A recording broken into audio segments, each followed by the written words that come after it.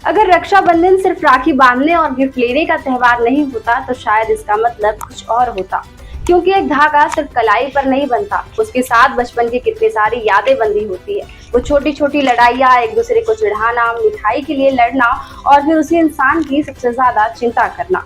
बचपन में रक्षाबंधन हमारे लिए एक त्योहार था, लेकिन उम्र बढ़ने के साथ समझ आता है कि इसके पीछे एक रस्म नहीं बल्कि रिश्ते, जिम्मेदारी और एक दूसरे के साथ खड़े रहने की भावना है। और शायद यही वजह है कि सालों बाद भी रक्षाबंधन का दिन बाकी दिनों से खास लगता है। समय के साथ रक्षाबंधन मनाने का तरीका जरूर बदलते जा रहा है। राखी के लिए बाजार जाना, मिठाई लाना, पूरे घर में तैयारियां करना। और दिलचस्प बात तो ये है कि बहनें एक रेशम के धागे के लिए न जाने कितनी दुकानें खंगाल लेती है, कितनी राखियां देखती है, तब जाकर उन्हें एक राखी पसंद आती है।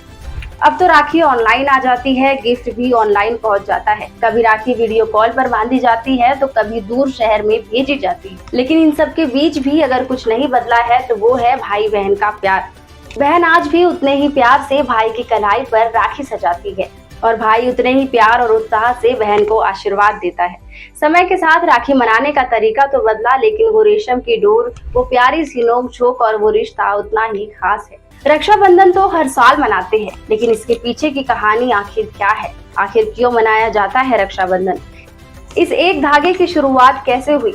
रक्षाबंधन से जुड़ी अलग अलग परंपराएं और कथाएं मिलती। कहीं इंद्र की पत्नी शची द्वारा इंद्र को रक्षा सूत्र बांधने की कथा मिलती है, तो कहीं यम और यमुना की, कृष्ण और द्रौपदी की कहानी भी रक्षाबंधन से जुड़ी एक लोकप्रिय मान्यता है। कहानियां अलग है, लेकिन इनके पीछे की भावना एक जैसी। रक्षा, विश्वास, स्नेह और एक दूसरे के साथ खड़े रहने का वचन।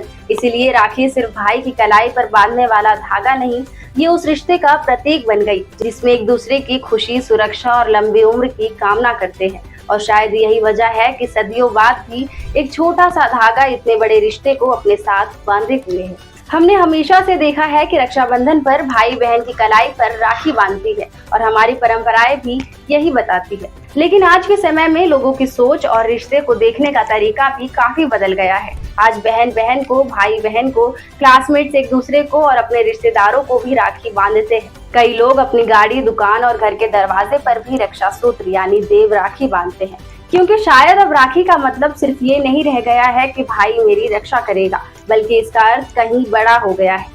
जिससे हमें स्नेह है, जिस पर विश्वास है, जिसे हम अपना मानते हैं, उसके साथ सुरक्षा और शुभकामना का ये बंधन जोड़ना, यानी रिश्ता कोई भी हो, राखी उस रिश्ते को विश्वास से बांधने का एक तरीका बन गई है। रक्षाबंधन की तैयारी के बीच आपसे एक बात तो पूछना ही भूल गई। इस बार 2026 की राखी 27 को है या 28 को? और राखी बांधने का शुभ मुहूर्त आखिर कब है और कितने बजे है? अगर आपको भी तारीख को लेकर कंफ्यूजन है तो जान लीजिए, इस बार रक्षाबंधन 28 अगस्त शुक्रवार को मनाया जाएगा। पूर्णिमा तिथि 27 अगस्त सुबह 9:08 से शुरू होकर 28 अगस्त सुबह 9:48 तक रहेगी और 28 अगस्त की सुबह 5:57 से सुबह 9:48 तक राखी बांधने का शुभ मुहूर्त बताया गया है। यानी ये सुबह का समय है, रात का नहीं। आपके शहर के अनुसार मुहूर्त में थोड़ा अंतर हो सकता है। इसके साथ ही कमेंट बॉक्स में रक्षाबंधन की अपनी शुभकामनाएं देना ना भूलें।